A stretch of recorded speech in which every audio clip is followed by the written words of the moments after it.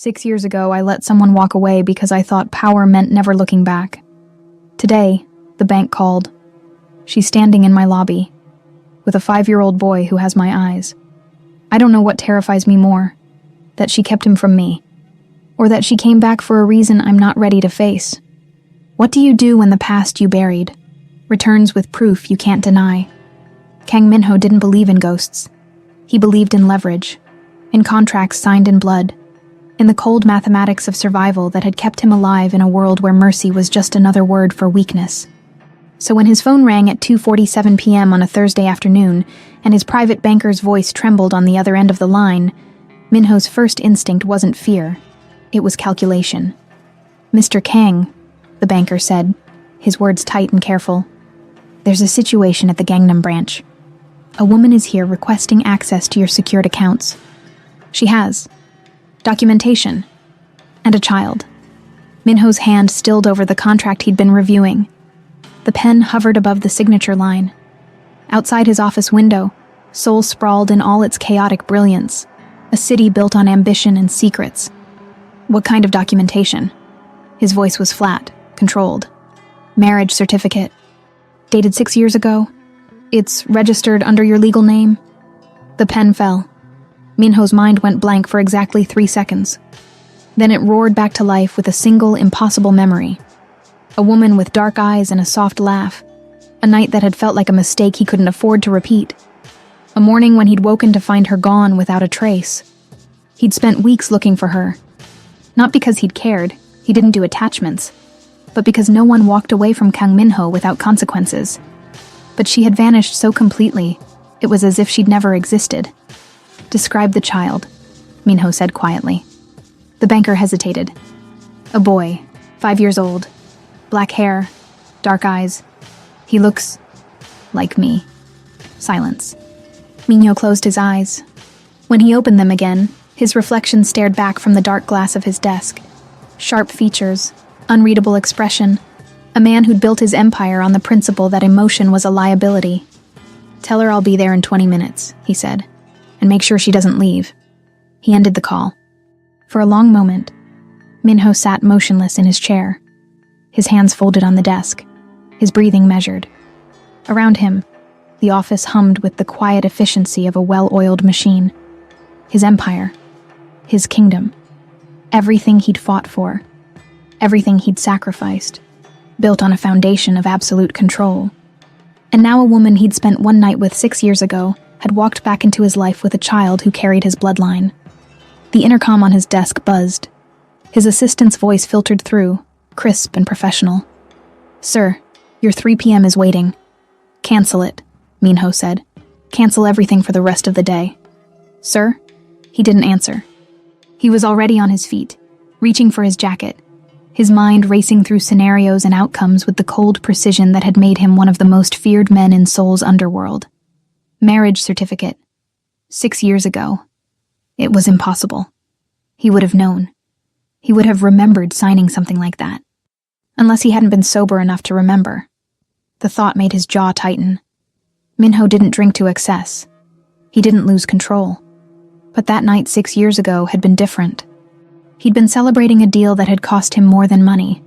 And the woman, he couldn't even remember her name, had appeared like a distraction he desperately needed. He'd woken up alone. No note. No explanation. And now she was back. The elevator ride to the underground garage felt endless. Minho's driver was already waiting, the black sedan idling with its engine purring like a predator at rest. Minho slid into the back seat without a word, and the car pulled smoothly into traffic. "Gangnam branch," he said curtly. His driver nodded, eyes flicking to the rearview mirror. "Everything all right, sir?" Minho didn't answer. His gaze was fixed on the city rushing past the tinted windows. But he wasn't seeing Seoul. He was seeing her face, fragments of memory, hazy and incomplete, dark hair spilling over pale shoulders, a laugh that had felt genuine in a world of calculated smiles, the way she'd looked at him like he was just a man, not a weapon wrapped in expensive suits.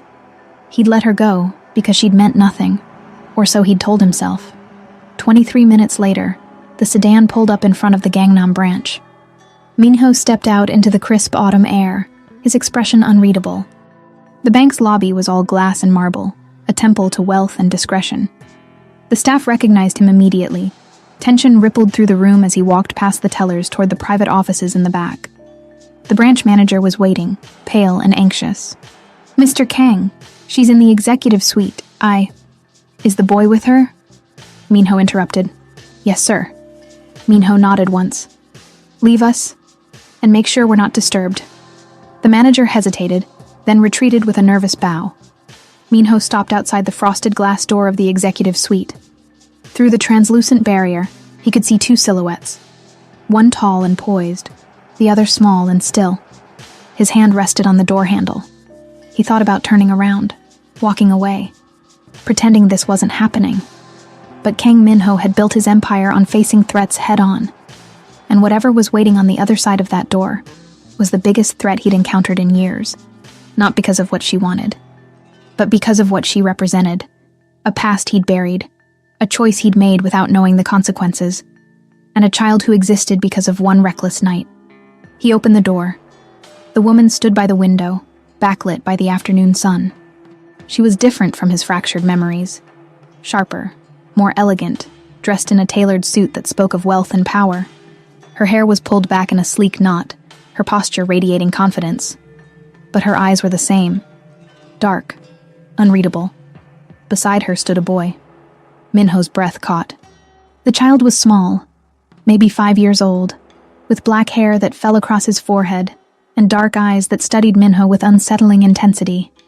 He wore a small blazer and pressed pants, his hands clasped in front of him with unnatural stillness for a child his age, and his face, it was like looking into a mirror from 25 years ago. "Hello, Minho," the woman said quietly. Her voice was steady, betraying nothing. Minho forced his gaze away from the boy and met her eyes. "Do I know you?"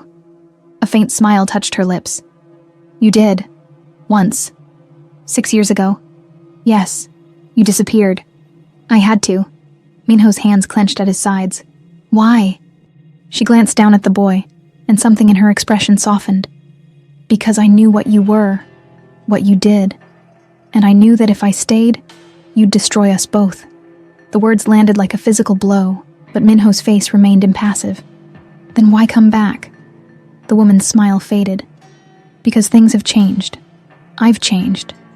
She paused, her gaze sharp. "And because he deserves to know his father." Minho looked at the boy again. The child stared back, unblinking, his small face serious in a way that children's faces shouldn't be. "What's his name?" Minho asked, his voice rough. "Jiho," she said softly. "Kang Jiho." The use of his surname felt like a brand, a claim, a declaration. Minho took a step forward, then stopped. He didn't know how to do this, how to be anything other than what he was. Dangerous, calculating, built for violence and control.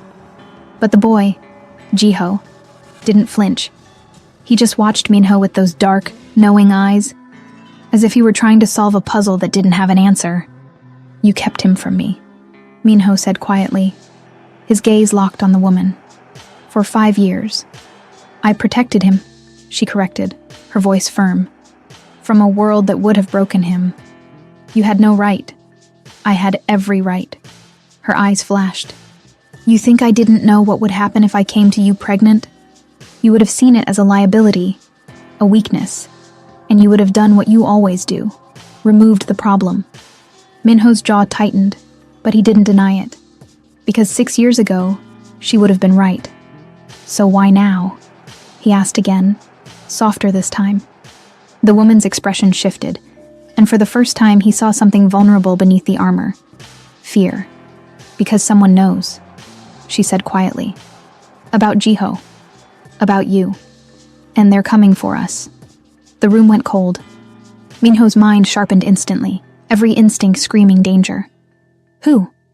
"I don't know yet," she admitted. "But they sent me a message 3 days ago. A photo of Jiho leaving school. And a single line. The son pays for the father's sins." Minho's blood turned to ice. "You should have come to me immediately," he said, his voice deadly calm. "I did," she shot back. "I'm here, aren't I?" Their eyes locked, and for a moment, the air between them crackled with unspoken history. Anger, regret, something deeper that neither of them wanted to name. Then Jiho spoke for the first time, his small voice cutting through the tension like a blade. "Are you my father?"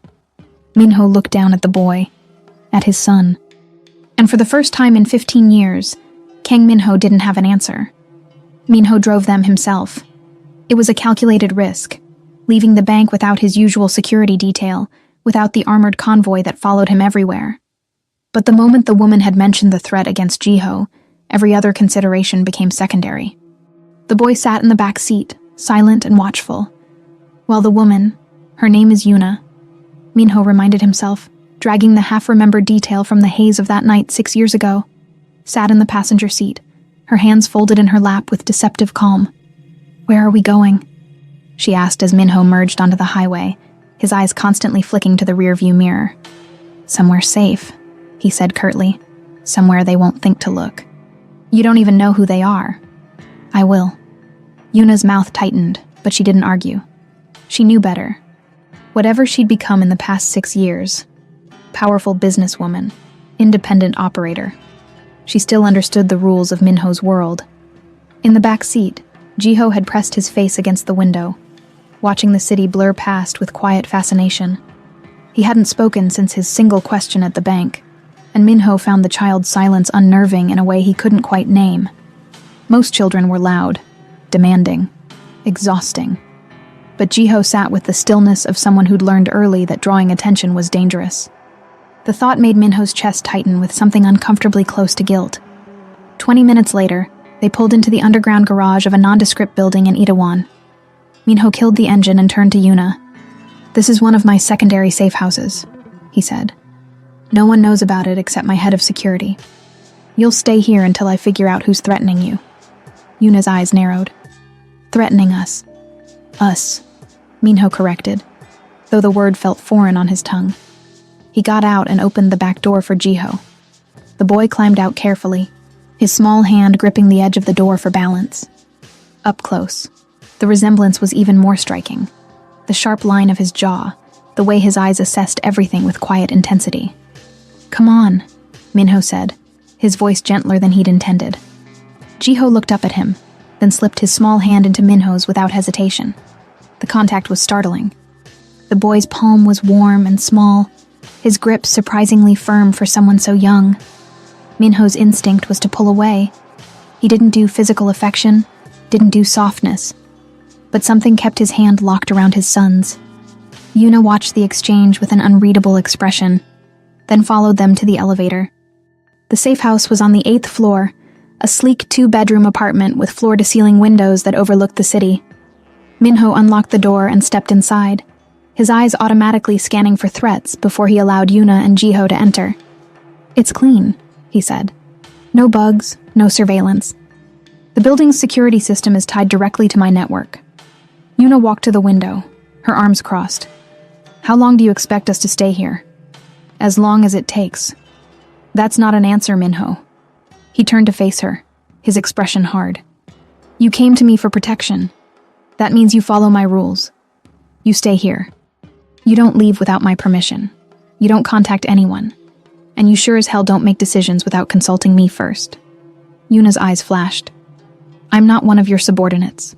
"No," Minho agreed coldly. "You're the mother of my child, which makes you far more important and far more dangerous." The words hung between them, sharp and brutal. Jiho, who'd been exploring the apartment with cautious curiosity, looked back at them. His small face was carefully neutral, but Minho could see the tension in his shoulders. Yuna saw it too. Her expression softened, and she knelt down to Jiho's level. "It's okay," she murmured, brushing his hair back from his forehead. "We're safe here." "Is he really my father?" Jiho asked quietly, his eyes fixed on Minho.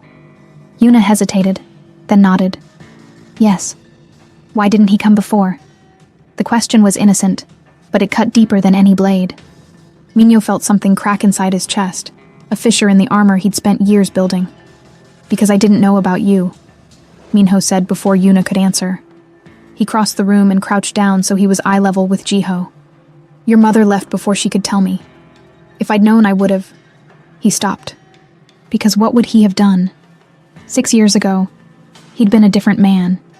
Colder, more ruthless, willing to sacrifice anything for power. Would he have protected this child?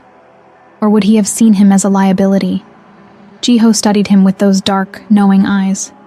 "You're scary," he said simply. Minho's mouth twitched. "I know. I bet you're not mean." "How do you know?" "Because you held my hand," Jiho said, as if it were obvious. Mean people don't hold hands. Minho glanced at Yuna, who was watching them with an expression that looked suspiciously like grief. "Go explore your room." If you're listening to this right now, it's because this story has already pulled you in a little. But what you're hearing here is just a part of it. The full version includes 30 complete stories, no cuts. No ads, just the audio flowing while you listen. The QR code is on your screen now, or the link is pinned in the queue. Yuna said softly to Jiho. "The one with the blue blanket." Jiho nodded and disappeared down the hall, his small footsteps echoing on the hardwood floor. The moment he was gone, the air in the room changed. Minho stood, putting distance between himself and Yuna. "You should have told me." "I couldn't." Her voice was raw. "Do you have any idea what it was like? Waking up that morning and realizing I'd spent the night with someone who could destroy me with a single phone call. Finding out 2 months later that I was pregnant, and knowing that if I went to you, you'd either force me to get rid of the baby, or take him from me the moment he was born. You don't know that, don't I?" Yuna's eyes blazed. "You're Kang Minho. You don't do weakness. You don't do vulnerability. And a child, our child, would have been the ultimate vulnerability." Minho's jaw clenched. "So you ran. You built a life without me. And you would have kept Jiho from me forever if someone hadn't threatened you." "Yes." Yuna didn't flinch. "Because he's my son. And I would do anything, to keep him safe. Even from you." The words hit like a punch to the gut. "I'm not the enemy here," Minho said quietly. "Then prove it." Yuna stepped closer, her voice dropping to a fierce whisper. "Prove that you're more than the monster everyone says you are. Prove that you can protect him without turning him into someone like you." Minho stared at her, his mind racing. She was right. He knew she was right. But the truth was more complicated than she understood. Because the world he lived in didn't allow for softness. It didn't allow for second chances or redemption arcs. It demanded blood and loyalty, and the willingness to do terrible things in the name of survival. And now he had a son, a 5-year-old boy who looked at him with hope instead of fear, who thought holding hands meant someone wasn't mean, who deserved a father who could be more than just a weapon in an expensive suit. "I'll find out who's threatening you," Minho said finally, "and I'll end them." "And then what?" Yuna challenged. "You go back to your empire and we disappear again?" "No." The word came out harder than he'd intended. "Then we figure out what comes next. Together." Yuna searched his face, looking for the lie. But Minho had never been good at lying to her. Not 6 years ago, and not now. Finally, she nodded. Okay, Minho echoed. They stood in silence, the weight of 6 years pressing down between them. Then Jiho's voice drifted from the bedroom. "Can I watch TV?" Yuna's mouth quirked in a tired smile. "Yes, but only cartoons." Minho watched her walk down the hall, her shoulders straight, despite the exhaustion he could see in every line of her body. She'd built a life, raised their son, become someone formidable enough to walk into his world and demand protection without flinching. And he'd been too focused on his empire to even know she existed. His phone buzzed. Minho pulled it out and read the message from his head of security. Preliminary report on the woman. We'll send full dossier within the hour. Minho deleted the message and made a call. Find out everything, he said when his security chief answered. About her business, her enemies. Anyone who might have a reason to target her or the boy. Already on it, sir. But there's something you should know. Minho's hand tightened on the phone. What? She's not just a businesswoman. She owns 3 legitimate companies, sure. But she's also been quietly consolidating territory in the import-export sector, the same sector we've been trying to penetrate for the past 2 years. Minho went still. She's a competitor. More than that, sir. She's been good, smart, No one even realized she was building an empire until 6 months ago. Minho's mind raced. Who else knows? About her connection to you? No one. Yet. Keep it that way. He ended the call and stared out the window at the sprawling city below. Yuna wasn't just the woman who disappeared after one night. She was a player, a threat. And she'd brought their son directly into the middle of a war neither of them had expected. The door to Jiho's room opened, and the boy peeked out. "Are you staying?" he asked Minho. Minho looked at his son, this small, fragile person who carried his blood and his name, and felt something shift inside him. "Yes," he said. "I'm staying. For now." 3 days passed in tense quiet. Minho came and went like a ghost, appearing at odd hours with food, updates, and a presence that filled the apartment with tension, even when he wasn't speaking. Jiho watched him with the cautious curiosity of a child trying to solve a puzzle, while Yuna maintained a careful distance, her walls firmly in place. On the 4th morning, Minho arrived with breakfast and a file. Yuna was in the kitchen, making coffee, when he walked in. She looked up, her expression guarded. "I know who sent the threat," Minho said without preamble. Yuna's hand stilled on the coffee pot. "Who?" "Jung Taeyang." The name landed like a stone. Yuna's face went pale. "You know him," Minho observed, his eyes narrowing. Yuna set down the pot with shaking hands. "Yes, he's been trying to acquire one of my companies for the past year. I refused every offer." "Why?" "Because the company was the first thing I built," Yuna said quietly. "After I left you, it was mine. And I wasn't going to hand it over to someone like him." Minho's jaw tightened. Jung Taeyang doesn't take no for an answer. And if he found out about Jiho, about me, he'd use him as leverage. Yuna finished, her voice hollow. "Yes." Yuna sank into a chair, her hands trembling. "How did he find out?" "I don't know yet, but I will." Minho pulled out his phone and set it on the table. "In the meantime, you need to tell me everything. Every deal, every enemy, every person who might have a reason to hurt you." Yuna looked at him, her eyes wet. "I built my company to survive without you, to prove I didn't need your protection or your power. And now you do," Minho said bluntly. "So stop pretending you don't." The words were harsh, but not unkind. Yuna wiped her eyes and nodded. "Okay, where do we start?" For the next 2 hours, they went through every detail of Yuna's business. The contracts, the partnerships, the enemies she'd made along the way. Minho took notes with mechanical precision, his mind already constructing strategies and counter moves. Jiho wandered in halfway through, still in his pajamas. He climbed into Yuna's lap without asking, resting his head against her shoulder. "Are we in trouble?" he asked softly. Yuna kissed the top of his head. "No, baby. Your father is going to fix it." Jiho looked at Minho with those dark, serious eyes. "Can you really fix it?" Minho met his son's gaze. Yes. It wasn't a promise he made lightly, but it was a promise he intended to keep. Later that evening, after Jiho had gone to bed, Yuna found Minho standing on the balcony, smoking a cigarette.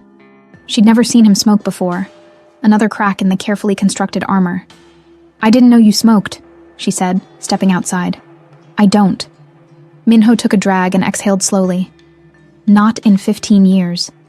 Yuna leaned against the railing beside him. "What changed?" "Everything." He gestured at the apartment behind them. "This, him, you." Yuna was quiet for a moment. "I'm sorry I kept him from you." Minho looked at her, surprised.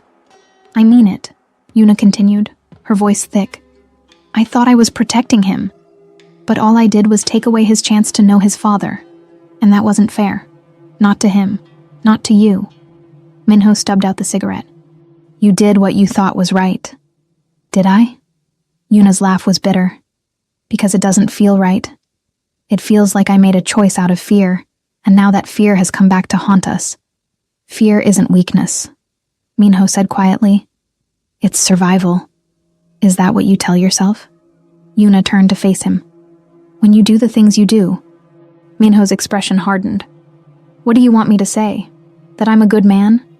I'm not. I've done things that would make you sick. I've hurt people. destroyed lives, built an empire on blood and broken promises. Then why are you here? Yuna challenged. Why are you helping us? Because he's my son. The words came out raw, stripped of pretense. And I don't know how to be a father. I don't know how to be anything other than what I am. But I'll be damned if I let someone hurt him because of me. Yuna's eyes shimmered. He asked me about you yesterday. If you were staying. What did you tell him? I said I didn't know. Minho looked at her. Really looked at her. At the woman who'd walked away from him 6 years ago and built a life strong enough to rival his own. At the mother who'd raised their son alone, who'd kept him safe from a world that would have devoured him. I'm staying, he said finally. For as long as it takes. Yuna nodded, then turned to go inside. Yuna. She stopped. That night, Minho said quietly. 6 years ago. Do you regret it? Yuna looked back at him, her expression soft and sad. Every day, and not at all. Then she was gone, leaving Minho alone on the balcony with the ghosts of choices he couldn't undo. The call came at 3 a.m. Minho was awake. He'd barely slept since Yuna and Jiho had entered his life, reviewing security footage from Yuna's office building when his phone lit up with an unknown number. He answered without hesitation. Who is this? Kang Minho. The voice was smooth, cultured, and utterly cold. I believe we have something to discuss. Jung Taeyang. Minho's hand tightened on the phone. How did you get this number? The same way I found out about your son. Taeyang's voice dripped with satisfaction. You've been very careful, Minho. But everyone has weak spots. And yours just walked into a bank with a marriage certificate and a child who has your face. Minho's blood ran cold. What do you want? A conversation, face to face. Just you and me. No. Then the boy dies. The words were delivered with casual brutality, as if discussing the weather. Minho's vision narrowed. You touch him. I won't have to, Taeyang interrupted. There are a dozen ways to make a child disappear in this city. Car accidents, kidnappings, tragic illnesses. And you know as well as I do that once I put that kind of operation in motion, not even you can stop it. Minho forced himself to breathe, to think. What's the conversation about? A trade. Her company for his life. Simple. She'll never agree. Then make her. Taeyang's voice hardened. You have 48 hours to deliver the signed transfer documents. After that, I stopped being patient. The line went dead. Minho sat in the darkness, his mind racing through scenarios and outcomes with mechanical precision. Jung Taeyang was a mid-level operator with delusions of grandeur. Dangerous, but not untouchable. Minho could have him eliminated within hours. But that would start a war. And wars had collateral damage. And Jiho was collateral. Minho couldn't afford to risk. He stood and walked to the guest bedroom where Yuna was sleeping. He knocked once, then opened the door without waiting for permission. Yuna bolted upright, her hand reaching instinctively for something under her pillow. A knife, Minho realized with grim approval. What's wrong? She demanded, her voice sharp with alarm. Jung Taeyang called. He wants your company in exchange for Jiho's safety. Yuna went very still. No. Yuna, I said no. She threw back the covers and stood, her eyes blazing. That company is mine. I built it from nothing. I'm not handing it over to that bastard because he made a threat. This isn't about pride, Minho said coldly. This is about your son's life. And what happens after I give him the company? Yuna shot back. You think he stops there? He'll come back for more. He'll use Jiho as leverage every time he wants something. And we'll spend the rest of our lives being extorted by a man who sees our child as a bargaining chip. She was right. Minho knew she was right. But the alternative, calling Taeyang's bluff, carried risks he wasn't sure he could stomach. There's another option, Minho said quietly. Yuna crossed her arms. I'm listening. We make him think you're complying. Set up a meeting to sign the documents. And I end this before he has a chance to act. You mean kill him? Yes. Yuna's expression didn't change. And if something goes wrong? If he has people watching Jiho? If he's already set something in motion? He hasn't. Minho said it with more confidence than he felt. Taeyang is arrogant. He thinks he holds all the cards. He won't move until he's sure you're not cooperating. You don't know that. I know men like him. Minho stepped closer, his voice dropping. He wants your company because it makes him look powerful.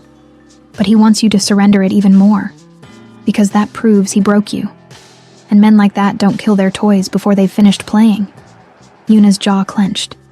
You're asking me to bet my son's life on your assessment of a psychopath's ego? Yes. The word hung between them, brutal and honest. Yuna turned away, her hands shaking. I can't do this, Minho. I can't. Then give him the company. Minho's voice was flat. Sign the papers, walk away, and spend the rest of your life wondering when he'll come back for more. Yuna spun to face him, tears streaming down her face. I hate you for making me choose. I know. She wiped her eyes roughly. What do you need from me? Set up the meeting. Tell him you'll sign. And then let me do what I do best. Yuna stared at him for a long moment, her expression raw. Then she nodded. Okay. But if anything happens to Jiho... It won't, Minho said.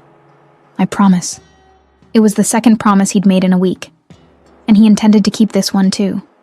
The next 40 hours were a masterclass in controlled chaos. Minho pulled every resource he had. Surveillance teams, informants, tech specialists who could track Taeyang's movements down to the second. Yuna played her part perfectly, setting up the meeting with just the right amount of reluctance to make Taeyang believe he'd won. Jiho, blessedly, remained unaware. Yuna kept him occupied with movies and games, her smile never wavering, even as Minho watched her hands shake every time she thought her son wasn't looking.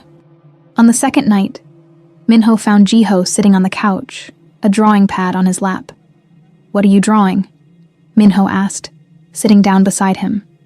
Jiho held up the paper. It was a crude but recognizable sketch of 3 figures, a tall man, a woman, and a small boy holding both their hands. It's us, Jiho said simply. A family. Minho's throat tightened. Is that what you want? A family? Jiho tilted his head, considering. I already have Mama, but I think I want you too, if you want to stay. I want to stay, Minho said, the words coming easier than he'd expected.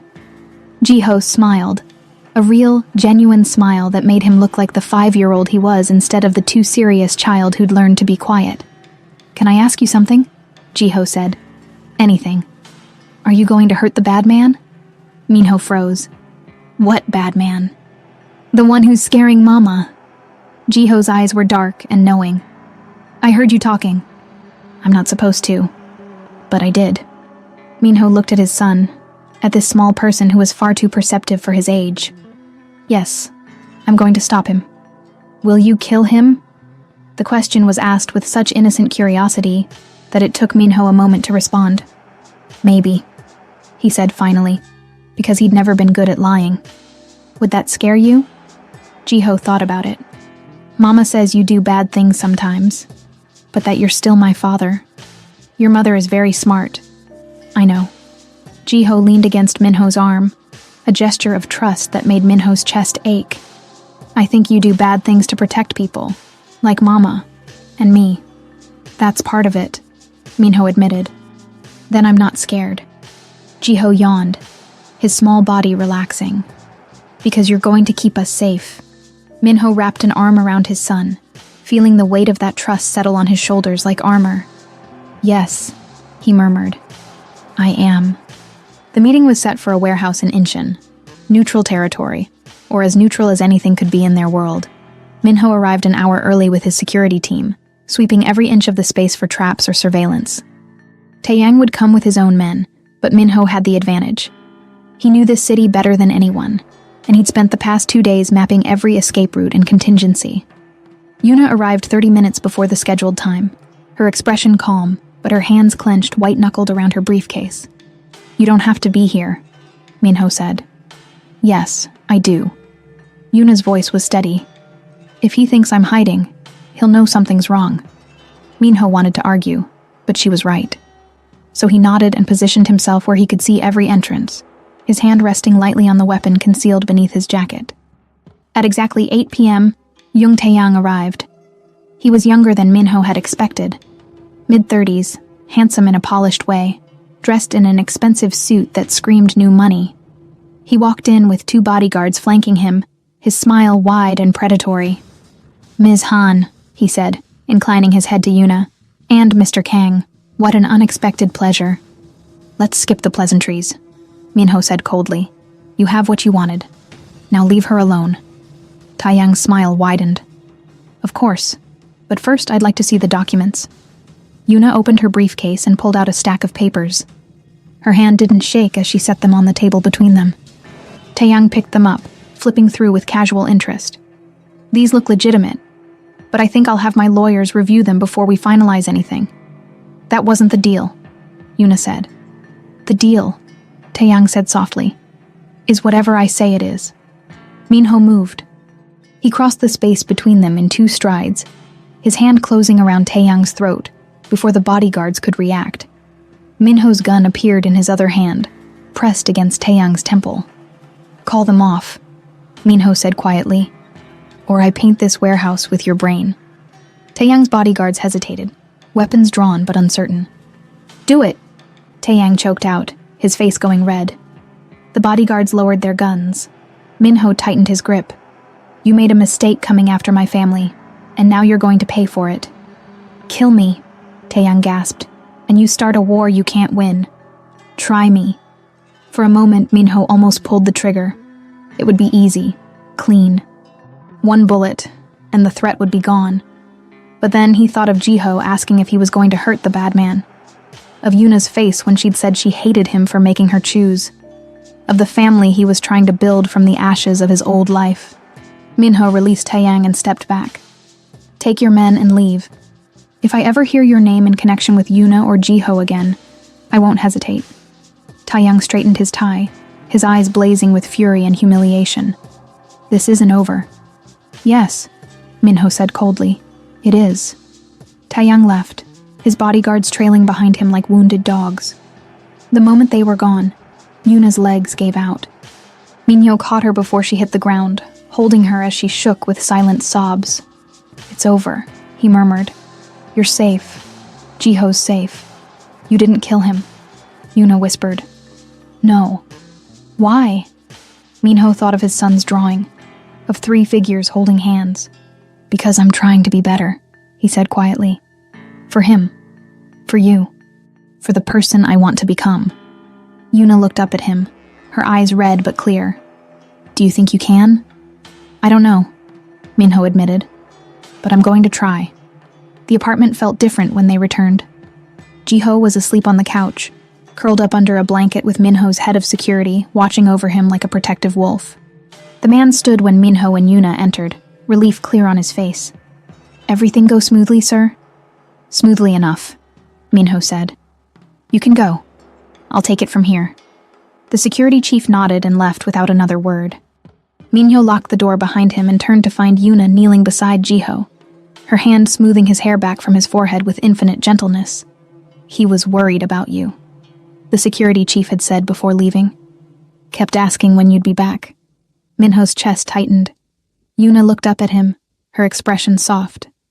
"We should put him to bed properly." Together, they lifted Jiho, Minho taking his shoulders, Yuna his legs, and carried him to his bedroom. The boy stirred but didn't wake, his small face peaceful in sleep. As Minho tucked the blanket around his son, Jiho's hand reached out and caught his sleeve. "Stay," he mumbled, half asleep. "Don't go." Minho froze. Yuna put a hand on his shoulder. "He's been asking that every night since we got here. He's afraid you'll disappear." The words hit like a physical blow. Minho sat down on the edge of the bed, and Jiho's grip on his sleeve loosened, but didn't let go. "I'm not going anywhere," Minho said quietly, though he wasn't sure if Jiho could even hear him. Yuna watched them for a moment, then slipped out of the room.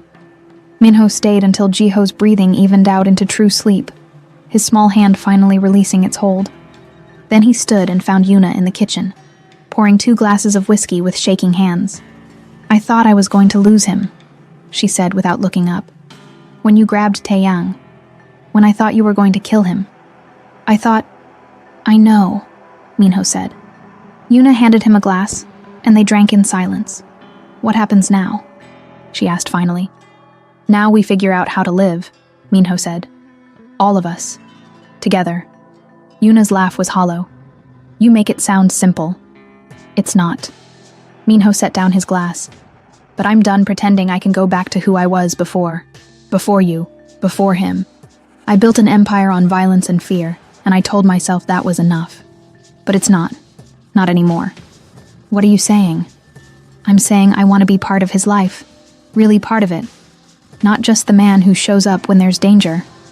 Minho's voice roughened. I want to be his father. And I want... He stopped, the words catching in his throat. What? Yuna pressed. I want a chance with you, Minho admitted. Not because of Jiho.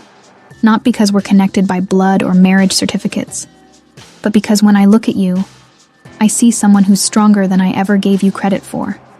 Someone who built something real while I was building monuments to my own ego. Yuna's eyes filled with tears. Minho, I know I don't deserve it, he continued. I know I've done things that should disqualify me from any kind of happiness, but I'm asking anyway, because for the first time in my life, I want something more than power. Yuna was quiet for a long moment. Then she set down her glass and crossed the space between them. I left 6 years ago because I was terrified of what you'd become, she said quietly. And I came back because I was even more terrified of raising our son alone.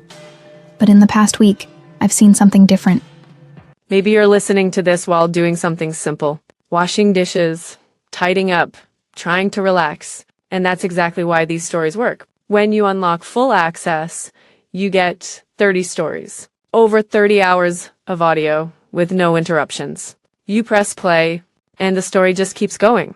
If you want to continue right now, scan the QR code on your SC, or tap the link in the pinned comment. What was never said continues there. Not the monster everyone warned me about, but a man who's trying.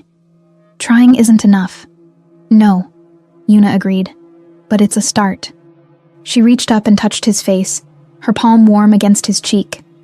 Minho closed his eyes, allowing himself this moment of vulnerability. I can't promise I'll be good at this, he said. At being a father, a partner, a man who doesn't solve problems with violence.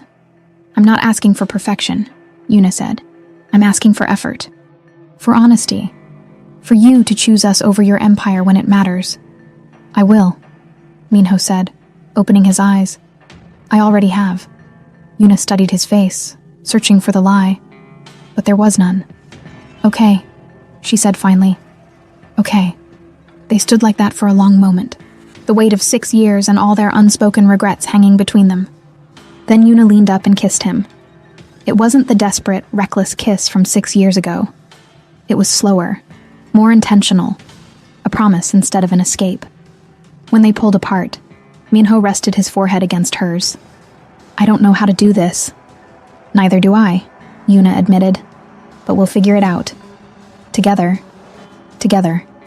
The next morning, Minho woke to find Jiho standing beside the couch where he'd fallen asleep, staring at him with those dark, serious eyes. You stayed, Jiho said. I told you I would. Jiho climbed onto the couch and curled up against Minho's side. Are you staying forever? Minho wrapped an arm around his son. Yes. Even when there's no bad man? Even then. Jiho was quiet for a moment. Mama says you're going to live with us now. If that's okay with you. Jiho tilted his head back to look at Minho. Will you teach me things? What kind of things? Important things, like how to be brave and how to protect people. Minho's throat tightened. I can do that. And how to hold hands without being scared. Minho looked down at his son, at this small person who saw through all his armor to the man beneath. I'm still learning that one myself. Jiho's smile was small, but genuine. We can learn together. Yeah, Minho said softly. We can. 3 months later, the beach house in Busan was nothing like Minho's usual properties. It was small, cozy, filled with sunlight, and the sound of waves crashing against the shore.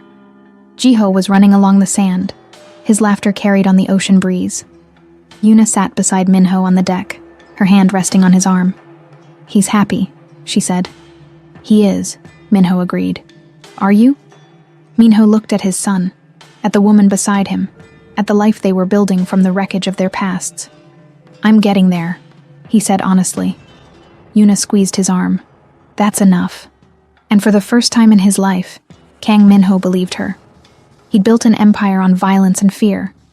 But this small family, this fragile happiness, this chance at redemption, was worth more than all the power in the world.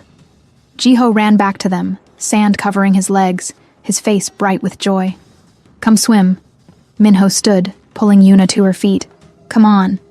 "You hate swimming," Yuna said, laughing. "I'm learning," Minho said. "We all are." And together, they walked toward the ocean, a family forged not by coincidence